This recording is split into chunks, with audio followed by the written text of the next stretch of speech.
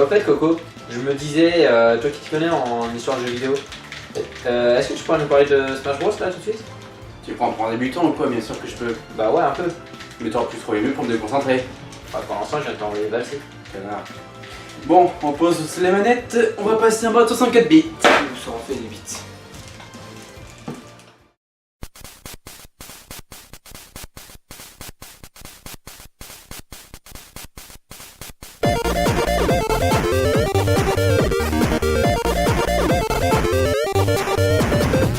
Nous sommes en 1998 chez HAL Laboratory.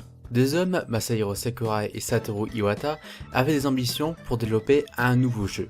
Iwata voulait un jeu jouable à 4 qui tirait parti du joystick de la Nintendo 64. Souvenez-vous que le joystick analogique était l'innovation de cette 5ème génération de console et que Nintendo l'a popularisé, tout comme la croix directionnelle avec les Game & Watch et la NES.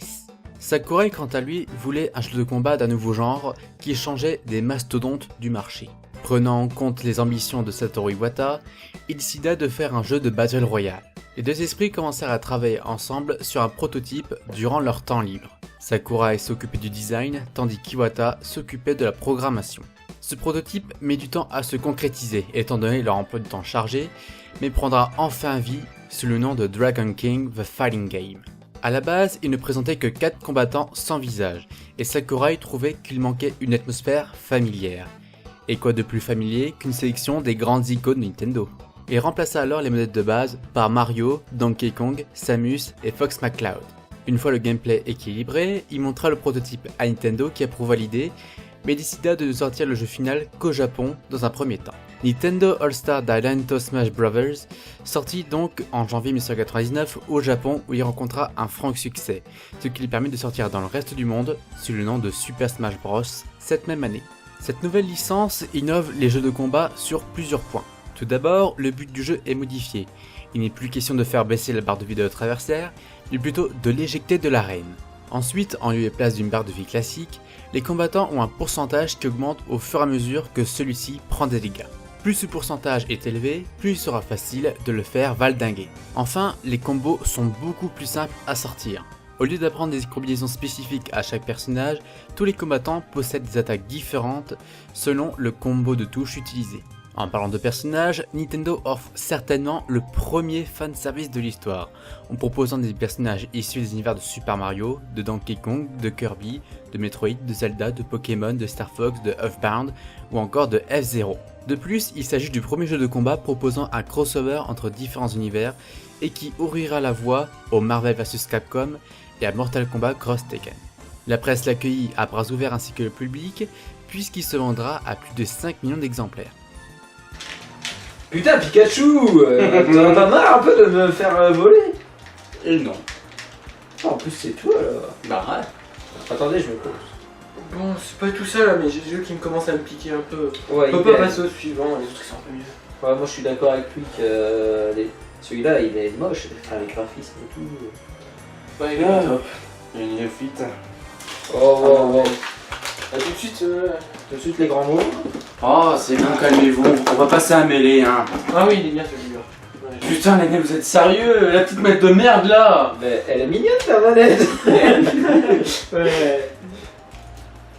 Quoi, c'est pas la tienne? Non. Si. Non. Tu me l'as pas, tu me l'as pas, tu me l'as pas. Dès le départ, le prochain Smash Bros était développé de sorte à ce qu'il marque l'avancée graphique entre la Nintendo 64 et la GameCube. Pour cela, une cinématique d'introduction a été méticuleusement créée afin de diriger l'attention du public sur les graphismes. C'est d'ailleurs avec cette cinématique que Nintendo annonce officiellement Super Smash Bros Melee à l'E3 2001 avec un accueil pour le moins enthousiasmé.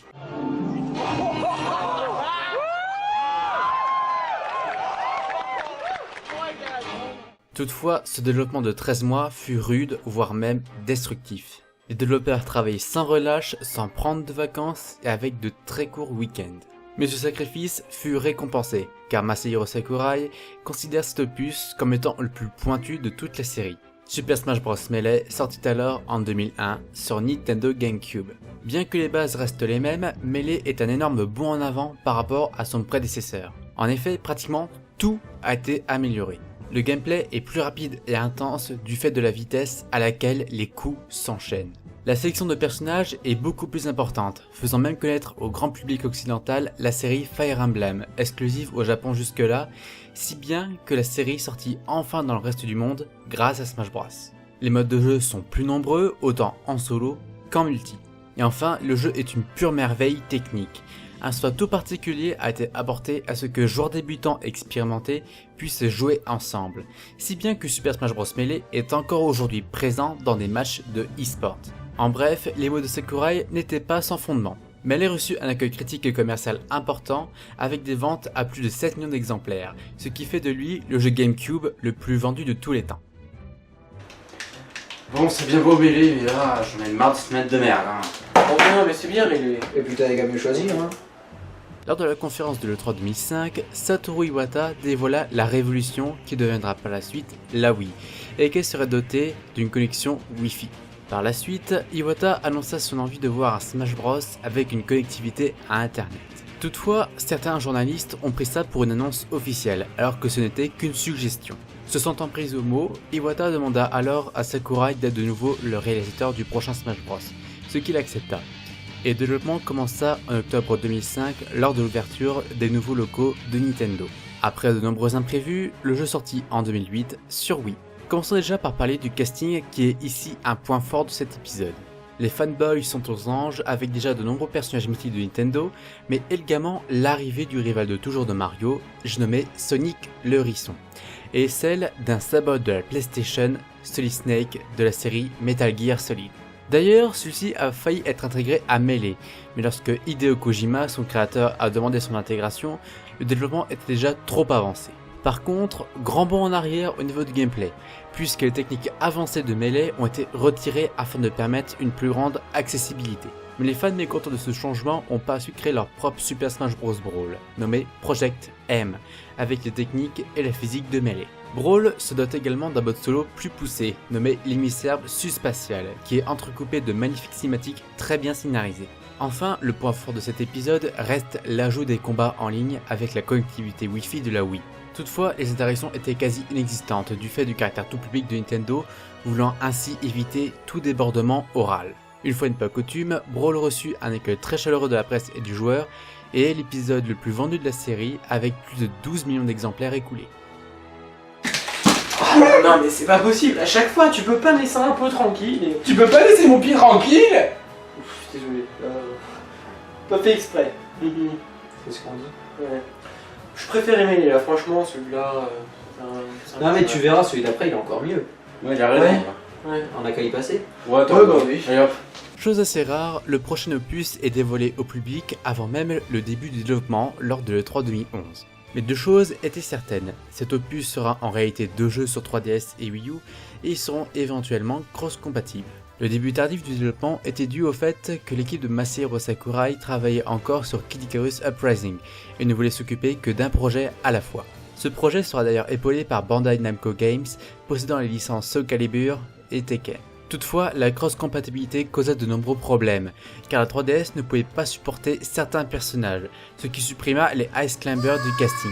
Quant à Zelda et Sheik, ce sont dorénavant deux personnages à part entière, car la transformation de l'une à l'autre était impossible sur 3DS. Ainsi, les interactions entre les deux versions ne se limitent finalement qu'au transfert de personnalisation des personnages et à la possibilité de jouer sur Wii U avec sa 3DS. Bien que ces jeux soient frères, ils sortirent à des dates différentes afin de permettre un meilleur débugage et polissage de chaque version. Super Smash Bros pour 3DS et Super Smash Bros pour Wii U sortiront tous deux en 2014. Je vais parler de deux versions en même temps car elles ne sont pas très différentes l'une de l'autre. En effet, les seules choses qui changent sont les stages et les modes de jeu. La version 3DS offre des stages tirés de jeux sortis sur console portable, tandis que la version Wii U propose des stages issus de jeux sortis sur console de salon.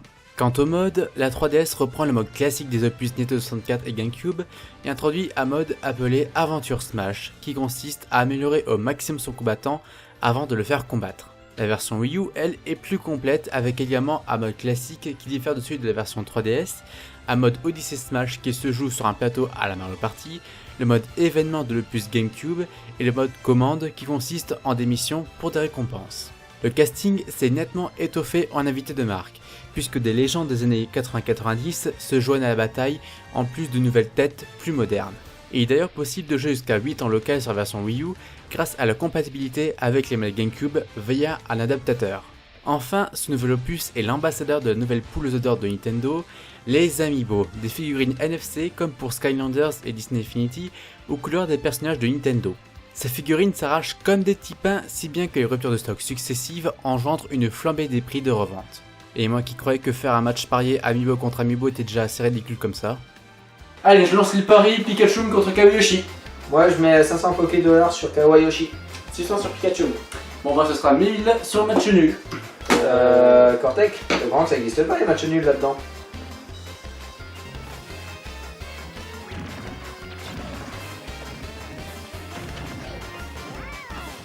Allez, allez, il va gagner. Allez, Pikachu, Vas-y. non, Pikachu, Vas-y, Pikachu. Non, non.